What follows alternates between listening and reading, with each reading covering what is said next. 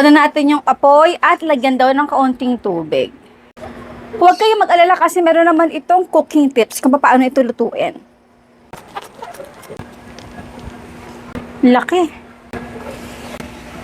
Nabili ko nga pala ito online sa nagkakahalagang 950 pesos.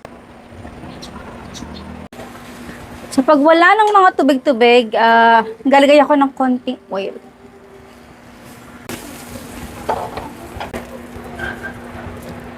Parang lumobo na siya. Feeling ko okay na to. Yan na nga, pumutok na.